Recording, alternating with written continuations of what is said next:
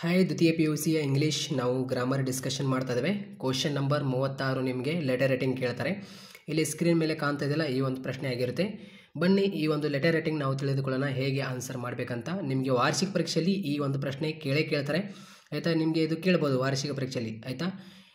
Data entry operator ಅಂದರೆ ಇವಾಗ ಈ ಒಂದು ಪ್ರಶ್ನೆ ಏನಿದೆಯಲ್ಲ, ಕ್ವಶನ್ ಬ್ಯಾಂಕ್ ಅಂದರೆ 2024-25 ಪರಿಷ್ಕೃತ ಕ್ವಶನ್ ಬ್ಯಾಂಕ್ನಲ್ಲಿ ಕೇಳಿರುವಂತಹ ಈ ಒಂದು ಪ್ರಶ್ನೆ ಆಗಿರುತ್ತೆ. ಇಲ್ಲಿ ವಾಂಟೆಡ್ ಕೆಳಗಡೆ ನಮಗೆ ಏನು ಕೊಟ್ಟಿರ್ತಾರೆ ಅಂತ ನೋಡ್ಕೋಬೇಕು. ವಾರ್ಷಿಕ ಪರೀಕ್ಷೆಯಲ್ಲಿ ಡಾಟಾ ಎಂಟ್ರಿ ಆಪರೇಟರ್ ಯಾವುದೇ ಒಂದು ಪ್ರಶ್ನೆ ಕೇಳಿ ಆರಾಮಾಗಿ ಆನ್ಸರ್ ಮಾಡ್ಬೋದು ಈ ಒಂದು ಪ್ರಶ್ನೆಯಲ್ಲಿ. ಇಲ್ಲಿ ನಿಮಗೆ ಸ್ಕ್ರೀನ್ ಮೇಲೆ ಕಾಣ್ತದಿಲ್ಲ, ಈ ಒಂದು ಪ್ರಶ್ನೆ ಆಗಿರುತ್ತೆ ಆಯಿತಾ. ಇವಾಗ ಇಲ್ಲಿ ನೋಡಿ, ಕ್ವಾಲಿಫಿಕೇಷನ್ ಇಲ್ಲಿ ಸೆಕೆಂಡ್ PUC ಕೊಟ್ಟಿದ್ದಾರೆ ವಿತ್ ಫಸ್ಟ್ ಕ್ಲಾಸ್ ಅಂತ ಅಂದಿದ್ದಾರೆ. ಬೇಸಿಕ್ ಕಂಪ್ಯೂಟರ್ ನಾಲೆಜ್ ಇರಬೇಕಂತ ಹೇಳಿದ್ದಾರೆ. ಎಸೆನ್ಸಿಯಲಿ ಫ್ಲುಯೆನ್ಸಿ ಬರಬೇಕಂದಿದ್ದಾರೆ. ಕನ್ನಡ ಮತ್ತು ಇಂಗ್ಲೀಷ್ ಬರಬೇಕಂತ ಹೇಳಿದ್ದಾರೆ. ಅಪ್ಲೈ ವಿದಿನ್ 10 ಡೇಸ್ನಲ್ಲಿ ಅಪ್ಲೈ ಮಾಡಬೇಕಂತ ಹೇಳಿದ್ದಾರೆ. ಎಕ್ಸ್ಪೈರಿ ಡೇಟ್ ಅಂತಲೇ ಅನ್ಕೊಳ್ಳಿ. ಇವಾಗ the managing director Abhay digital solution private limited Chitradurga, ಇವರಿಗೆ ನಾವು ಇವಾಗ ಪತ್ರ ಬರಿಬೇಕು. ಯಾಕೆಂದರೆ ಇಲ್ಲಿ ಅವರು ಡಾಟಾ ಎಂಟ್ರಿ ಆಪರೇಟರ್ ಜಾಬ್ ಬಿಟ್ಟಿದ್ದಾರೆ. ಯಾವ ಒಂದು ಜಾಬ್ಗೆ ನಾವು ಇವಾಗ ಅಪ್ಲೈ ಮಾಡ್ತಾ ಇದ್ದೇವೆ, ಡಾಟಾ ಎಂಟ್ರಿ ಆಪರೇಟರ್ ಈ ಒಂದು ಜಾಬ್ಗೆ ನಾವು ಇವಾಗ ಅಪ್ಲೈ ಮಾಡ್ತಾ ಇದ್ದೇವೆ. ಯಾರಿಗೆ ಈ ಒಂದು ಪತ್ರ ನಾವು ಬರೀತಾ ಇದೀವಿ ಅಂದರೆ ಇವರಿಗೆ, the managing director Abhay digital solution private limited Chitradurga, ಇವರಿಗೆ ನಾವು ಇವಾಗ ಪತ್ರ ಬರೀತಾ ಇದ್ದೇವೆ. ಎಷ್ಟೇ ಸಿಂಪಲ್, ಅರ್ಥ ಮಾಡ್ಕೊಳ್ಳಿ ಆಯಿತಾ. ಇಲ್ಲಿ ನೋಡಿ, ಇವಾಗ ಇಲ್ಲಿ ನಾನು ಬರ್ದಿಲ್ಲ, ಸ್ವಲ್ಪ ಜಾಗ ಇಲ್ಲ ಅಂತ. ಇಲ್ಲಿ ನೋಡಿ, ಇಲ್ಲಿ ನಿಮಗೆ ಏನು ಕೊಟ್ಟಿರ್ತಾರೆ ಅಂದರೆ right a letter of application in response following advertisement ಅಂತ ಕೊಟ್ಟಿರ್ತಾರೆ ಇಲ್ಲಿ ಮೇಲ್ಗಡೆ ಹೆಡ್ಲೈನ್ ಆಯಿತಾ. ವಿತ್ ದ ಡೆಕ್ಕನ್ ಹೆರಾಲ್ಡ್, ಇವಾಗ ಇಲ್ಲಿ ಡೆಕ್ಕನ್ ಹೆರಾಲ್ಡ್ ಅಂತ ಕೊಟ್ಟಿದ್ದಾರೆ. ನಿಮಗೆ ನ್ಯೂಸ್ ಪೇಪರ್ ಕೊಡ್ಬೋದು, ಯಾವುದಾದ್ರು ಒಂದು ಟೈಮ್ಸ್ ಆಫ್ ಇಂಡಿಯಾ ಕೊಡ್ಬೋದು ಆಯಿತಾ, ಮತ್ತು ದ ಹಿಂದೂ ಕೊಡ್ಬೋದು. ಇಲ್ಲಿ ಡೆಕ್ಕನ್ ಹೆರಾಲ್ಡ್ ಕೊಟ್ಟಿದ್ದಾರೆ.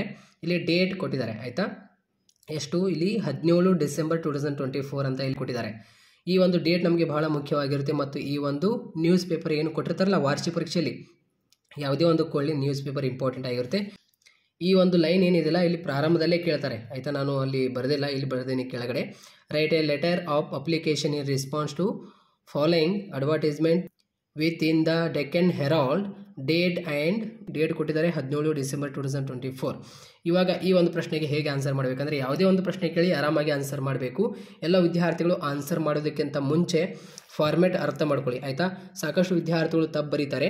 ಇವಾಗ ನೋಡಿ, ಈ ಒಂದು ಪ್ರಶ್ನೆಗೆ ಆನ್ಸರ್ ಮಾಡ್ತಾ ಇದ್ದೀರಲ್ಲ, ಇಲ್ಲಿ ನಿಮ್ಗೆ ಏನಂದಿದ್ದಾರೆ, right X for name ಅಂದಿದ್ದಾರೆ.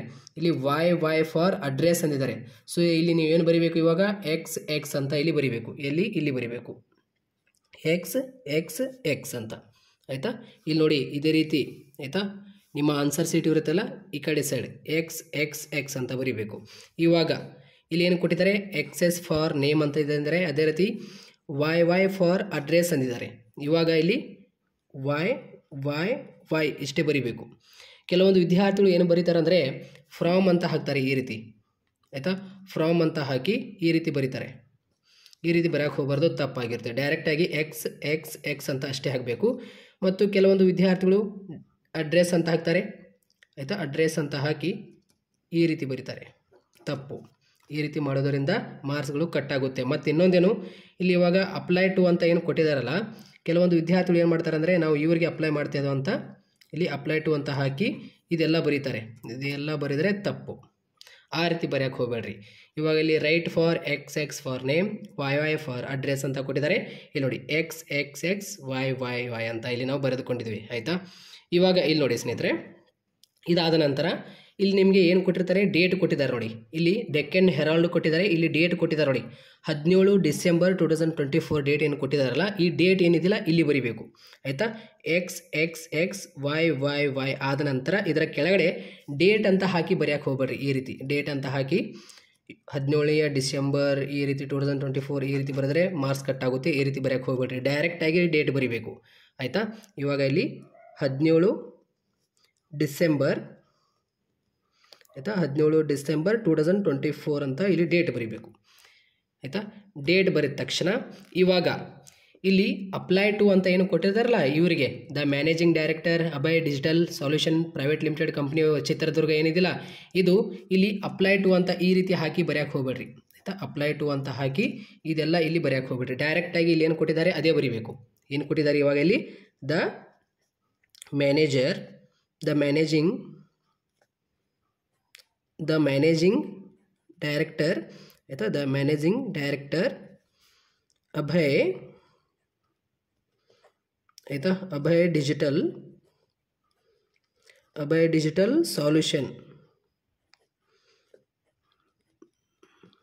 Abhay digital solution private limited, Chitradurga ಆಯಿತಾ, ಚಿತ್ರದುರ್ಗ ಅಂತ ಬರಿಬೇಕು. ಇದು ಬರೆದ ತಕ್ಷಣ ಮತ್ತೇನು ಮಾಡಬೇಕಂದ್ರೆ ಇಲ್ಲಿ ರಿಸ್ಪೆಕ್ಟೆಡ್ ಸರ್ ಅಥವಾ ಮೇಡಮ್ ಅಂತ ಆಯಿತಾ, ಇಲ್ಲಿ ರಿಸ್ಪೆಕ್ಟೆಡ್ ಸರ್ ಅಥವಾ ಮೇಡಮ್ ಇದರ ಕೆಳಗಡೆನೇ ಬರಿಬೇಕು ಅದೆಲ್ಲ ಆಯಿತಾ.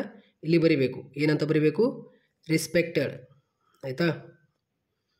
ಇವಾಗ ಇಲ್ಲಿ ರಿಸ್ಪೆಕ್ಟೆಡ್ ಸರ್ ಅಥವಾ ಮೇಡಮ್ ಅಂತ ಬರಿಬೇಕು. ಎಲ್ಲ ವಿದ್ಯಾರ್ಥಿಗಳು ಇಲ್ಲಿ ಭಾಳ ಮಿಸ್ಟೇಕ್ ಮಾಡ್ತಾರೆ, ಸರ್ ಆರ್ ಮೇಡಮ್. ಇವಾಗ ಇಲ್ಲಿ ಏನು ಬರಿಬೇಕಂದ್ರೆ ಇಲ್ಲಿ ಸೇಮ್ ಫಾರ್ಮೇಟ್ ಆಗಿರುತ್ತೆ, ಇದೇ ರೀತಿ ಬರಿಬೇಕು ನೀವು ಕೂಡ ಆಯಿತಾ. ಇದರ ಕೆಳಗಡೆ ಏನು ಬರಿಬೇಕು, ಸಬ್ಜೆಕ್ಟ್ ಬರಿಬೇಕು ಆಯಿತಾ. ಇದರ ಕೆಳಗಡೆ ಸಬ್ಜೆಕ್ಟ್, ಯಾವ ಒಂದು ಸಬ್ಜೆಕ್ಟ್ ಬರಿಬೇಕು, ಇವಾಗ ಇಲ್ಲಿ ನೋಡಿ ಸಬ್ಜೆಕ್ಟ್ ಬರಿಬೇಕು ಆಯಿತಾ, ಸಬ್ಜೆಕ್ಟ್ ಅಂತ ಬರಿಬೇಕು. ಸಬ್ಜೆಕ್ಟ್ನಲ್ಲಿ ಏನು ಬರಿಬೇಕು, ಫಿಕ್ಸ್ ಇದು ಬಯಾಟ್ ಮಾಡ್ಕೋಬೇಕಾಗುತ್ತೆ ನೀವು ಆಯಿತಾ. ಅಪ್ಲೈಯಿಂಗ್ ಆಯಿತಾ, applying for the post of ಆಯಿತಾ. Applying for the post of ಯಾವ ಒಂದು ಪೋಸ್ಟ್, ಇಲ್ಲಿ ವಾಂಟೆಡ್ ಕೆಳಗಡೆ ಏನು ಕೊಟ್ಟಿರ್ತಾರಲ್ಲ ಡಾಟಾ ಎಂಟ್ರಿ ಆಪರೇಟರ್, ಇಲ್ಲಿ ಬರಿಬೇಕದು ಆಯಿತಾ. ಡಾಟಾ ಎಂಟ್ರಿ ಆಪರೇಟರ್ ಅಂತ ಇಲ್ಲಿ ಬರಿಬೇಕು ಆಯಿತಾ, ಇಲ್ಲಿ ಬರಿಬೇಕು. ಎಷ್ಟು ಆದ ನಂತರ ಇಲ್ಲಿ ಮತ್ತೆ ಕೆಳಗಡೆ ಏನು ಬರಿಬೇಕಂದ್ರೆ ರೆಫರೆನ್ಸ್ ಆಯಿತಾ, ಇಲ್ಲಿ ರೆಫರೆನ್ಸ್ ಬರಿಬೇಕು. ಇದೆಲ್ಲ ಬಯಾಟ್ ಮಾಡಬೇಕಾಗಿರುತ್ತೆ ನೀವು ಆಯಿತಾ. ಇಲ್ಲಿ applying for the post of data entry, ನಿಮಗೆ ವಾರ್ಷಿಕ ಪರೀಕ್ಷೆಯಲ್ಲಿ ಯಾವುದೇ ಒಂದು ಪ್ರಶ್ನೆ ಕೇಳಿ ಇಲ್ಲಿ ನೀವು ಅಷ್ಟೇ ಚೇಂಜಸ್ ಮಾಡಬೇಕು ಅಷ್ಟೇ, ಇಲ್ಲಿ ಅಷ್ಟೇ ಚೇಂಜಸ್ ಮಾಡಬೇಕು. ಇದೆಲ್ಲ ನಿಮಗೆ ಗೊತ್ತಿರಬೇಕು ಅಷ್ಟೇ, ಇದೆಲ್ಲ ನಿಮಗೆ ಫಿಕ್ಸ್ ಬರಲೇಬೇಕು ಆಯಿತಾ. ಇವಾಗ ಇಲ್ಲಿ ನೋಡಿ, ಇದಾದ ನಂತರ ಇವಾಗ ರೆಫರೆನ್ಸ್ನಲ್ಲಿ ಏನು ಬರಿಬೇಕಂದ್ರೆ ಈ ಅಡ್ವರ್ಟೈಸ್ಮೆಂಟ್ ಆಯಿತಾ, ಇಲ್ಲಿ ಬರಿಬೇಕು ಏನಂತ, ಅಡ್ವರ್ಟೈಸ್ಮೆಂಟ್ ಅಂತ ಬರಿಬೇಕು ಆಯಿತಾ. ಅಡ್ವರ್ಟೈಸ್ಮೆಂಟ್ ವಿಚ್ ಅಪಿಯರ್ಡ್ ಆಯಿತಾ, ವಿಚ್ ಅಪಿಯರ್ಡ್ ಇನ್ ದ ನೋಡಿ, which appeared in the Deccan Herald. ಇಲ್ಲಿ ನಮಗೆ ಯಾವ ಒಂದು ನ್ಯೂಸ್ ಪೇಪರ್ ಕೊಟ್ಟಿದ್ದಾರೆ, ಡೆಕ್ಕನ್ ಹೆರಾಲ್ಡ್ ಕೊಟ್ಟಿದ್ದಾರೆ ಆಯಿತಾ. ಇಲ್ಲಿ ನೋಡಿ ಡೆಕ್ಕನ್ ಹೆರಾಲ್ಡ್ ಅಂತ ಬರಿಬೇಕು. ಆ್ಯಂಡ್ ಡೇಟ್, ಯಾವ ಒಂದು ಡೇಟ್, 17 ಆಯಿತಾ, 17 ಡಿಸೆಂಬರ್ 2024 ಅಂತ ಬರಿಬೇಕು ಆಯಿತಾ. ಇಷ್ಟು ಬರೆದ ನಂತರ ಇವಾಗ ಇಲ್ಲಿ advertisement which appeared in the Deccan Herald, ಯಾವ ಒಂದು ನ್ಯೂಸ್ ಪೇಪರ್ನಲ್ಲಿ, ಈ ಒಂದು ನ್ಯೂಸ್ ಪೇಪರ್ನಲ್ಲಿ ಯಾವ ಒಂದು ದಿನಾಂಕಕ್ಕೆ ಈ ಒಂದು ದಿನಾಂಕಕ್ಕೆ ಅವರು ಜಾಹೀರಾತು ಮಾಡಿದ್ದಾರೆ ಅಂತ ಆಯಿತಾ. ಇವಾಗ ಏನು ಮಾಡಬೇಕಂದ್ರೆ ಇನ್ ರಿಸ್ಪಾನ್ಸ್ ಮಾಡಬೇಕು ಆಯಿತಾ. ಇಲ್ಲಿ ಇನ್ ರಿಸ್ಪಾನ್ಸ್ ಮಾಡಬೇಕು. ಇವಾಗ ಇಲ್ಲಿ ನೋಡಿ ಇದೇ ಕೆಳಗಡೆ ಬರಿಬೇಕು ಆಯಿತಾ. ಇನ್ ರಿಸ್ಪಾನ್ಸ್ ಆಯಿತಾ, ಇದೆಲ್ಲ ಬಯಾಟ್ ಮಾಡಬೇಕು ನೀವು. ಇನ್ ರೆಸ್ಪಾನ್ಸ್ ಟು ದ ಅಂತ ಬರೀರಿ ಆಯಿತಾ. In response to the above ಆಯಿತಾ. In response to the above subject mentioned I would ಆಯಿತಾ, I would like to applying ಆಯಿತಾ, I would like to applying for the ಆಯಿತಾ, applying for the post of ಯಾವುದು ಇದೆ, data entry operator ಅಂತ ಬರೀಬೇಕಲ್ಲಿ. ಇದು data entry operator ಇಷ್ಟು ಬರಿಬೇಕು ಆಯಿತಾ. ಸೊ ಎಲ್ಲ ವಿದ್ಯಾರ್ಥಿಗಳು ಗೊತ್ತಾಯ್ತಾ. In response to the above subject mention I would like to applying for the post of data entry operator ಅಂತ ಬರಿಬೇಕು ಆಯಿತಾ. ಇದಷ್ಟು ಬರೆದ ನಂತರ data entry operator in your company ಅಂತ ಬರಿಬೇಕು ಆಯಿತಾ. ಇನ್ ಯುವರ್ ಕಂಪನಿ ಆಯಿತಾ, ಇಲ್ಲಿ ಬರಿಬೇಕು ಮತ್ತೆ ಆಯಿತಾ. ಇದೆಲ್ಲ ನೀವು ಸೇಮ್ ಬರಿಬೇಕಾಗುತ್ತೆ, ಯಾವುದೇ ಒಂದು ಪ್ರಶ್ನೆ ಕೇಳಿ ಆಯಿತಾ. ಐ ಹ್ಯಾವ್ ದ ನೆಸಸರಿ ಆಯಿತಾ, ಐ ಹ್ಯಾವ್ ದ ನೆಸಸರಿ ಆಯಿತಾ, I have the necessary qualification.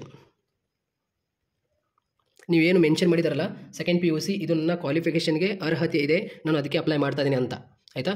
I have necessary qualification and experience ಅಂತ ಎಕ್ಸ್ಪೀರಿಯನ್ಸ್ ಆಯಿತಾ. I have strong computer skill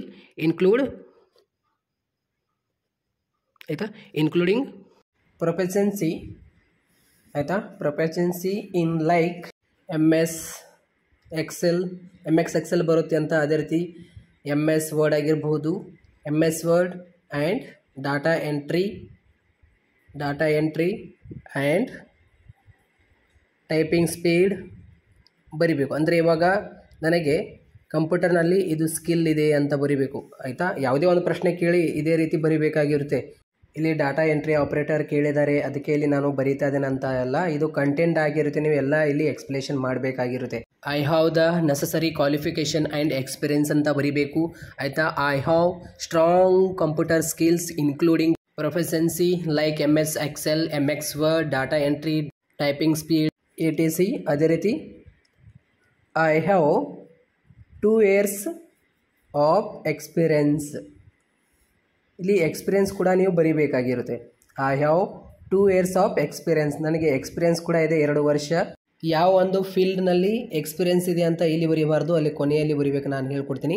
I am fluency ಆಯಿತಾ. I am fluent speaking in English and Kannada, ಈ ರೀತಿ ಬರೀಬೇಕು ಆಯಿತಾ. ಇಲ್ಲಿ ಫ್ಲುಯೆನ್ಸಿ ಇನ್ Kannada English ಕೊಟ್ಟಿದ್ದಾರೆ, ಇಲ್ಲಿ ಇನ್ಕ್ಲೂಡ್ ಮಾಡಬೇಕಾಗಿರುತ್ತೆ ನಮಗೆ ಇಂಗ್ಲೀಷ್ ಮತ್ತು ಕನ್ನಡ ಬರುತ್ತೆ ಅಂತ.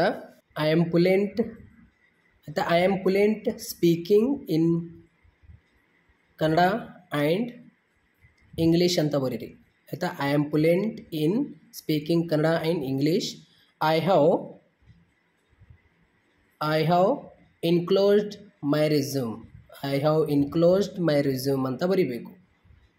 ಟು ದಿಸ್ ಅಪ್ಲಿಕೇಶನ್ ಅಂತ ಬರೀಬೇಕು. To this application I have enclosed my resume to this application ಅಂತ ಬರೆದ ತಕ್ಷಣ ಈ ಲೈನಲ್ಲಿ ಏನು ನಾವು ಬರ್ಕೋತ ಬಂದಿದ್ದೀವಲ್ಲ ಪ್ರತಿಯೊಂದು ಕಂಟೆಂಟ್ ಇದೇ ಒಂದು ಲೈನ್ ಆಯಿತಾ. ಇದೇ ಒಂದು ಲೈನ್ನಲ್ಲಿ ಕೆಳಗಡೆ ಇರಬೇಕಾಗಿರುತ್ತೆ. ಥ್ಯಾಂಕ್ ಯು ಆಯಿತಾ. ಥ್ಯಾಂಕ್ ಯು ಯುವರ್ ಫೇತ್ಫುಲಿ ಅಂತ ಬರೀಬೇಕು ಆಯಿತಾ. Thank you your faithfully. ಇಲ್ಲಿ XXX ಅಂತ ಬ್ರಾಕೆಟ್ನಲ್ಲಿ 2 ಬಾರಿ ಬರೆದು ಬಿಡ್ರಿ ಆಯಿತಾ. ಅಂದರೆ ಇವಾಗ ಯಾವುದೇ ಒಂದು ಪ್ರಶ್ನೆ ಕೇಳಿ ಇನ್ ರೆಸ್ಪಾನ್ಸ್ದಲ್ಲಿ ವಾಂಟೆಡ್ ಕೆಳಗಡೆ ಯಾವ ಒಂದು ಪೋಸ್ಟ್ ಕೊಟ್ಟಿದ್ದಾರೆ ಅಂತ ನೋಡ್ಕೋಬೇಕು, ಅದಕ್ಕೆ ಅಪ್ಲೈ ಮಾಡಬೇಕಾಗಿರುತ್ತೆ ನಾವು. ಇನ್ಕ್ಲೋಸ್ಡ್ ರೆಸ್ಯೂಮ್ ಆಯಿತಾ. ಇನ್ಕ್ಲೋಸ್ಡ್ ರೆಸ್ಯೂಮ್, ಇಲ್ಲಿ ಕೆಳಗಡೆ ರೆಸ್ಯೂಮ್ ಅಂತ ಹಾಕ್ರಿ. ಅದೇ ಲೈನ್ ಬಿಟ್ಟು ಕೆಳಗಡೆ ರೆಸ್ಯೂಮ್ ಅಂತ ಹಾಕ್ರಿ. ಇಲ್ಲಿ ರೆಸ್ಯೂಮ್ ಹಾಕ್ರಿ, ಕೆಳಗಡೆ ಒಂದು ಲೈನ್ ಬಿಟ್ಟು. ರೆಸ್ಯೂಮ್ನಲ್ಲಿ ಏನೇನು ಬರುತ್ತೆ ಆಯಿತಾ. ಇವಾಗ ರೆಸ್ಯೂಮ್ನಲ್ಲಿ ಬರೀಬೇಕಲ್ಲ, ಇದರ ಕೆಳಗಡೆನೇ ಬರೀಬೇಕು. ನೇಮ್ ಆಯಿತಾ, XXX ಅಂತ. ಫಾದರ್ ನೇಮ್ XXX ಅಂತಲೇ ಹಾಕ್ರಿ, ಫಾದರ್ ನೇಮ್ ಕೂಡ. ಅದೇ ರೀತಿ ಇಲ್ಲಿ ಅಡ್ರೆಸ್ ಆಯಿತಾ. ಇಲ್ಲಿ ಅಡ್ರೆಸ್ YYY ಅಂತಲೇ ಹಾಕ್ರಿ. ಅದೇ ರೀತಿ ಡೇಟ್ ಆಫ್ ಬರ್ತ್ ಆಯಿತಾ, ನಿಮ್ಮ ಡೇಟ್ ಆಫ್ ಬರ್ತ್ ಆಗಿರುತ್ತೆ. ಡೇಟ್ ಆಫ್ ಬರ್ತ್ ಈ ರೀತಿ ಹಾಕ್ರಿ, XXXXXX ಅಂತ ಹಾಕ್ರಿ. ಅದೇ ರೀತಿ ನ್ಯಾಷನಾಲಿಟಿ ಆಯಿತಾ. ನ್ಯಾಷನಾಲಿಟಿ ಏನು ಇಂಡಿಯನ್. ಅದೇ ರೀತಿ ಇಲ್ಲಿ ಜೆಂಡರ್ ಒಂದು ಹಾಕ್ರಿ ಆಯಿತಾ. ಫಿಮೇಲ್ ಮೇಲ್, ಫಿಮೇಲ್ ಇದ್ದರೆ ಫಿಮೇಲ್, ಮೇಲ್ ಇದ್ದರೆ ಮೇಲ್ ಹಾಕ್ರಿ. ಇಲ್ಲಿ ಬರ್ದಿಲ್ಲ ನಾನು, ಇಲ್ಲಿ ಅದು ನೀವು ಬರ್ಕೊಳ್ಳಿ ಆಯಿತಾ. ಜೆಂಡರ್ ಮೇಲ್ ಅಥವಾ ಫಿಮೇಲ್ ಯಾವುದಾದ್ರೂ ಒಂದು, ನಿಮ್ಮ ಮೇಲ್ ಇದ್ದರೆ ಮೇಲ್, ಫಿಮೇಲ್ ಇದ್ದರೆ ಫಿಮೇಲ್. ಲ್ಯಾಂಗ್ವೇಜಸ್ ಆಫ್ ನಮಗೆ ಯಾವ ಬರುತ್ತೆ ಲ್ಯಾಂಗ್ವೇಜಸ್, ಕನ್ನಡ ಮತ್ತು ಹಿಂದಿ ಆಯಿತಾ. ಈ ರೀತಿ ಬರೀಬೇಕು. ಅದೇ ರೀತಿ ಇಲ್ಲಿ ಇವಾಗ ಕ್ವಾಲಿಫಿಕೇಷನ್ ಇಲ್ಲಾಂದರೆ ಎಜುಕೇಷನ್ ಇನ್ಸ್ಟಿಟ್ಯೂಷನ್ಸ್ ಅಂದರೆ ಇವಾಗ ಎಜುಕೇಷನ್ ಆ್ಯಂಡ್ ಇನ್ಸ್ಟಿಟ್ಯೂಷನ್ ತೋರಿಸ್ಬೇಕು ಇವಾಗ ಟೇಬಲ್ ಮುಖಾಂತರ. ಇದರ ಕೆಳಗಡೆ ಟೇಬಲ್ ಹಾಕಬೇಕು ಆಯಿತಾ. ಟೇಬಲಲ್ಲಿ ಏನು ಹಾಕಬೇಕು ಇಲ್ಲಿ ಇವಾಗ, ಇಲ್ಲಿ ಬೋರ್ಡ್ ಆರ್ ಯೂನಿವರ್ಸಿಟಿ, ಇಲ್ಲಿ ಬೋರ್ಡ್ ಆರ್ ಯೂನಿವರ್ಸಿಟಿ ಬರೀಬೇಕು. ಅದೇ ರೀತಿ ಇಲ್ಲಿ ಕೋರ್ಸ್ ಹಾಕ್ರಿ ಆಯಿತಾ. ಇಲ್ಲಿ ಕೋರ್ಸ್, ಇಲ್ಲಿ ಬೋರ್ಡ್ ಆರ್ ಯೂನಿವರ್ಸಿಟಿ ಮತ್ತು ಅದೇ ರೀತಿ ಇಲ್ಲಿ ಪರ್ಸೆಂಟೇಜ್ ಆಯಿತಾ. ಇಲ್ಲಿ ಪರ್ಸೆಂಟೇಜ್ ಹಾಕ್ರಿ. ಅದೇ ರೀತಿ ಇಲ್ಲಿ ಸಬ್ಜೆಕ್ಟ್ ಹಾಕ್ರಿ. ಇವಾಗ ಕೋರ್ಸ್, ಇವಾಗ ನಿಮಗೆ ಇಲ್ಲಿ ಪ್ರಶ್ನೆ ಪತ್ರಿಕೆಯಲ್ಲಿ ಏನು ಕೊಟ್ಟಿರ್ತಾರೆ ಅಂತ ನೋಡ್ಕೋಬೇಕು. ಇವಾಗ ಇಲ್ಲಿ ಪ್ರಶ್ನೆ ಪತ್ರಿಕೆಯಲ್ಲಿ ಏನು ಕೊಟ್ಟಿದ್ದಾರೆ, qualification second PUC with first class. ಈ ಒಂದು ಡಾಟಾ ಎಂಟ್ರಿ ಆಪರೇಟರ್ಗೆ second PUC with first class ಆಗಿರಬೇಕಂತ ಹೇಳಿದ್ದಾರೆ. ಇಲ್ಲಿ ಕೋರ್ಸ್ನಲ್ಲಿ ನಮ್ಮದು ಸೆಕೆಂಡ್ PUC ಕೂಡ ಆಗಿದೆ, SSLC ಕೂಡ ಆಗಿದೆ ಮತ್ತು ಡಿಗ್ರಿ ಕೂಡ ಆಗಿದೆ ಅಂತ ಬರೀಬೇಕು. ಇವಾಗ ಇವರು ಈ ಒಂದು ಡಾಟಾ ಎಂಟ್ರಿ ಆಪರೇಟರ್ ಜಾಬ್ಗೆ ಸೆಕೆಂಡ್ PUC ಫಸ್ಟ್ ಕ್ಲಾಸ್ ಆಗಿದ್ದರೆ ಸಾಕಂತ ಹೇಳ್ತಾ ಇದ್ದಾರೆ. ಬಟ್ ನಮ್ಮದು SSLC ಕೂಡ ಆಗಿದೆ, PUC ಕೂಡ ಆಗಿದೆ ಮತ್ತು ಡಿಗ್ರಿ ಕೂಡ ಆಗಿದೆಯಲ್ಲ, ಸೊ 3 ಕೂಡ ಇಲ್ಲಿ ನಾವು ಕೋರ್ಸಲ್ಲಿ ತೋರಿಸ್ಬೇಕಾಗಿರುತ್ತೆ ಆಯಿತಾ. ಇಲ್ಲಿ ಮೊದಲಿಗೆ ಡಿಗ್ರಿ ಆಗಿದೆ, BCom ಆಗಿದೆ ಅಂತ ಇಲ್ಲಿ ತೋರಿಸ್ಬೇಕು ಆಯಿತಾ. ರಾಣಿ ಚೆನ್ನಮ್ಮ ಯೂನಿವರ್ಸಿಟಿಯಿಂದ ಸಹ್ಯಾದ್ರಿ ಯೂನಿವರ್ಸಿಟಿ, ರಾಯಚೂರು ಯೂನಿವರ್ಸಿಟಿ, ಯಾವುದಾದ್ರೂ ಒಂದು, Bengaluru university, Davanagere university, Bagalkot university, Kuvempu university ಆಯಿತಾ, ಯಾವುದಾದ್ರೂ ಒಂದು, ಇಲ್ಲಿ ಮೈಸೂರು ಯೂನಿವರ್ಸಿಟಿ. ಇಲ್ಲಿ 97 ರಿಸಲ್ಟ್ ಆಗಿದೆ ಅಂತ ಯಾವ ಒಂದು ಸಬ್ಜೆಕ್ಟ್ ಆಯಿತಾ. ಇವಾಗ BComನಲ್ಲಿ ನಂದು ಇವಾಗ ಅಕೌಂಟಿಂಗ್ ಸಬ್ಜೆಕ್ಟ್ ಇದೆ ಅಂತ ಅನ್ಕೊಳ್ಳಿ, ಶಾರ್ಟಾಗಿ ಬರೀಬೇಕು A ಅಂತ ಅಕೌಂಟಿಂಗ್. ಮತ್ತು ಅದೇ ರೀತಿ ಬಿಸ್ನೆಸ್ ಸ್ಟಡೀಸ್ ಆಗಿದೆ ಒಂದು ಸಬ್ಜೆಕ್ಟು, ಇನ್ನೊಂದು ಫೈನಾನ್ಷಿಯಲ್ ಅಕೌಂಟಿಂಗ್ ಇದೆ, ಅದೇ ರೀತಿ ಇನ್ನೊಂದು ಸ್ಟ್ಯಾಟಿಸ್ಟಿಕ್ಸ್ ಸಬ್ಜೆಕ್ಟ್ ಇದೆ, ಇದೇ ರೀತಿ ಇನ್ನೊಂದು ಕನ್ನಡ ಇದೆ, ಇನ್ನೊಂದು ಇಂಗ್ಲೀಷ್ ಇದೆ. ಈ ರೀತಿಯಲ್ಲಿ ಶಾರ್ಟಾಗಿ ಇವಾಗ ಸೆಕೆಂಡ್ PUC ಆಯಿತಾ. ಸೆಕೆಂಡ್ PUC ಇವಾಗ ಕರ್ನಾಟಕ ಬೋರ್ಡಿಂದ ಆಗಿದೆ ಆಯಿತಾ. ಬೋರ್ಡ್ ಆಫ್ ಕರ್ನಾಟಕದಿಂದ ನಂದು ಸೆಕೆಂಡ್ PUC ಎಕ್ಸಾಮ್ ಆಗಿದೆ ಅಂತ ಆಯಿತಾ. ಇಲ್ಲಿ ಶಾರ್ಟಾಗಿ ಬರಿತೀನಿ ಆಯಿತಾ. ಸೊ ಈ ರೀತಿಯಲ್ಲಿ ನಂದು ಬೋರ್ಡ್ ಆಫ್ ಕರ್ನಾಟಕದಿಂದ ಸೆಕೆಂಡ್ PUC ತೆರಗಡೆಯಾಗಿದೆ. ಎಷ್ಟು ಪರ್ಸೆಂಟ್ ಮುಖಾಂತರ? 99%. ಸೆಕೆಂಡ್ PUCನಲ್ಲಿ ಯಾವ್ಯಾವ ಸಬ್ಜೆಕ್ಟ್ಗಳಿತ್ತು ಇಲ್ಲಿ ಬರೀಬೇಕು ಶಾರ್ಟಾಗಿ. ಇವಾಗ ಆರ್ಟ್ಸ್ ಎಲ್ಲ ವಿದ್ಯಾರ್ಥಿಗಳಿಗೆ ಯಾವ ಸಬ್ಜೆಕ್ಟ್ ಇರುತ್ತೆ ಬರಿಬಹುದು, ಇಲ್ಲಾಂದರೆ ಕಾಮರ್ಸ್ ವಿದ್ಯಾರ್ಥಿಗಳ ಸಬ್ಜೆಕ್ಟ್. ಇವಾಗ ಇಲ್ಲಿ ನಾನು ಸೆಕೆಂಡ್ PUC ಕಾಮರ್ಸ್ ವಿದ್ಯಾರ್ಥಿಗಳ ಸಬ್ಜೆಕ್ಟ್ ಅಕೌಂಟೆನ್ಸಿ ಇತ್ತು, ಬಿಸ್ನೆಸ್ ಸ್ಟಡೀಸ್ ಇತ್ತು, ಎಕನಾಮಿಕ್ಸ್ ಇತ್ತು, ಹಿಸ್ಟ್ರಿ ಇತ್ತು, ಮತ್ತು ಅದೇ ರೀತಿ ಇಂಗ್ಲೀಷ್ ಮತ್ತು ಕನ್ನಡ ಇತ್ತು ಅಂತ ಈ ರೀತಿಯಲ್ಲಿ ಶಾರ್ಟಾಗಿ ಬರೀಬೇಕು ಆಯಿತಾ. ಈ ರೀತಿ ಬರೀಬೇಕು ನೀವು. ಇವಾಗ ಈ ರೀತಿ ಟೇಬಲ್ ಹಾಕಬೇಕು ಆಯಿತಾ. ನೀವು ವಾರ್ಷಿಕ ಪರೀಕ್ಷೆಯಲ್ಲಿ ಕರೆಕ್ಟಾಗಿ ಟೇಬಲ್ ಹಾಕ್ರಿ ಆಯಿತಾ. ಇಲ್ಲಿ ಪೆನ್ನಿಂದ ಹಾಕಕ್ಕೆ ಹೋಗಬೇಡ್ರಿ, ಪೆನ್ಸಿಲ್ ಇದ್ದರೆ ಪೆನ್ಸಿಲ್ ಯೂಸ್ ಮಾಡಿರಿ, ಕರೆಕ್ಟಾಗಿ ಟೇಬಲ್ ಹಾಕ್ರಿ. ಇವಾಗ ಇಲ್ಲಿ SSLC ಆಯಿತಾ. SSLC ಕರ್ನಾಟಕ ಬೋರ್ಡ್ ಎಕ್ಸಾಮ್ ವತಿಯಿಂದ ನಡೆಸಿದರು, ಕರ್ನಾಟಕ ಬೋರ್ಡ್ ಅಂತ ಬರೀರಿ. ಇಲ್ಲಿ ಎಷ್ಟು 100% ಆಗಿತ್ತು ಅಂತ.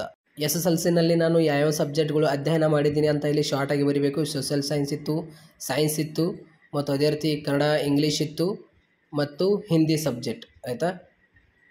ಹಿಂದಿ ಸಬ್ಜೆಕ್ಟ್ ಇತ್ತು ಆಯಿತಾ.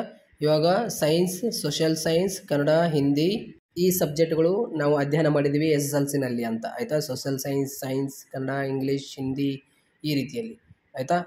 ಟೇಬಲ್ ಕ್ಲೋಸ್ ಮಾಡಿ ಆಯಿತಾ. ಟೇಬಲ್ ಈ ರೀತಿ ಕ್ಲೋಸ್ ಮಾಡಬೇಕು. ಕ್ಲೋಸ್ ಮಾಡಿದ ತಕ್ಷಣ ಅಲ್ಲಿ ನೀವು ಇನ್ ರೆಸ್ಪಾನ್ಸ್ನಲ್ಲಿ ಬರೆಯುವಾಗ 2 years ಆಫ್ ಎಕ್ಸ್ಪೀರಿಯನ್ಸ್ ಅಲ್ಲಿ ಬರ್ದಿರಲ್ಲ, ಇಲ್ಲಿ ಟೇಬಲ್ನಲ್ಲಿ ಬರಿಬೇಕು. I have 2 year of experience ಅಂತ ಬರಿಬೇಕು. ಇಲ್ಲಿ ಐ ಹ್ಯಾವ್ 2 year ಎಕ್ಸ್ಪೀರಿಯನ್ಸ್ ಇಲ್ಲಿ ಬರಿಬೇಕು. ಯಾವ ಒಂದು ಫೀಲ್ಡ್ನಲ್ಲಿ ಎಕ್ಸ್ಪೀರಿಯನ್ಸ್ ಆಗಿದೆ ಅಂತ. ಇವಾಗ ಯಾವ ಒಂದು ಫೀಲ್ಡ್ನಲ್ಲಿ ಎಕ್ಸ್ಪೀರಿಯನ್ಸ್ ಆಗಿದೆ ಅಂದರೆ I have 2 year of experience working in Wipro company limited ಆಯಿತಾ. ಇಲ್ಲಿ ಬರಿಬೇಕು ವಿಪ್ರೋ ಕಂಪ್ನಿ ಲಿಮಿಟೆಡ್ ಈ ರೀತಿಯಲ್ಲಿ ಬರಿಬೇಕು. ಅಲ್ಲೇ ಬರೆಯೋಕ್ಕೆ ಹೋಗಬೇಡ್ರಿ, ಇನ್ ರೆಸ್ಪಾನ್ಸ್ನಲ್ಲಿ ಬರೆಯೋಕ್ಕೆ ಹೋಗಬೇಡ್ರಿ ಆಯಿತಾ. ಇಲ್ಲಿ ಎಕ್ಸ್ಪೀರಿಯನ್ಸ್ ಕೊಟ್ಟಿರ್ತಾರೆ ನಮಗೆ, ನೀವು I have 2 year of experience working in Wipro company limited ಇದೇ ರೀತಿ ಬರೀರಿ ನಡೆಯುತ್ತೆ. ಈ ಟೇಬಲ್ ಕೆಳಗಡೆ ಎಕ್ಸ್ಪೀರಿಯನ್ಸ್ ಇರಲೇಬೇಕು ಆಯಿತಾ. ಅವರು ಓಕೆ ಇವಾಗ ಜಾಬ್ಗೆ ಅಪ್ಲಿಕೇಶನ್ ಕರೆದಿದ್ದಾರೆ, ನಾವು ಇವಾಗ 2 year ಎಕ್ಸ್ಪೀರಿಯನ್ಸ್ ಹೇಳ್ತಾ ಇದ್ದೀವಿ ಅಷ್ಟೇ, ಮತ್ತೇನು ಅದರೊಳಗೆ ಏನಿದೆ. ಇವಾಗ ಹಾಬೀಸ್ ಅಂತ ಬರೀಬೇಕು. ರೀಡಿಂಗ್, ಪ್ಲೇಯಿಂಗ್ ಎ ಕ್ರಿಕೆಟ್, ನಿಮಗೆ ಏನು ಹಾಬೀಸ್ ಇದೆ ಇಲ್ಲಿ ಬರಿಬೇಕಾಗಿರುತ್ತೆ ಆಯಿತಾ.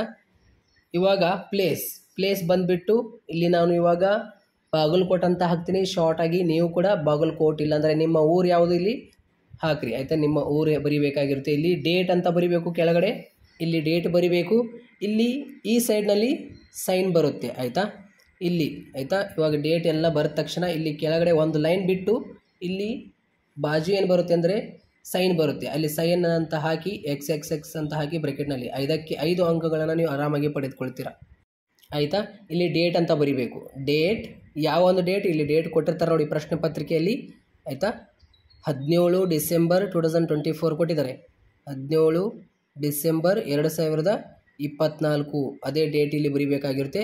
ಒಂದು ಲೈನ್ ಬಿಟ್ಟು ಇಲ್ಲಿ ಸೈ ಏನಿದಿಲ್ಲ ಕೆಳಗಡೆ ಬರುತ್ತೆ. ಎಲ್ಲ ವಿದ್ಯಾರ್ಥಿಗಳಿಗೆ ಒಂದೊಂದು ಶೇರ್ ಮಾಡಿ. Thank you.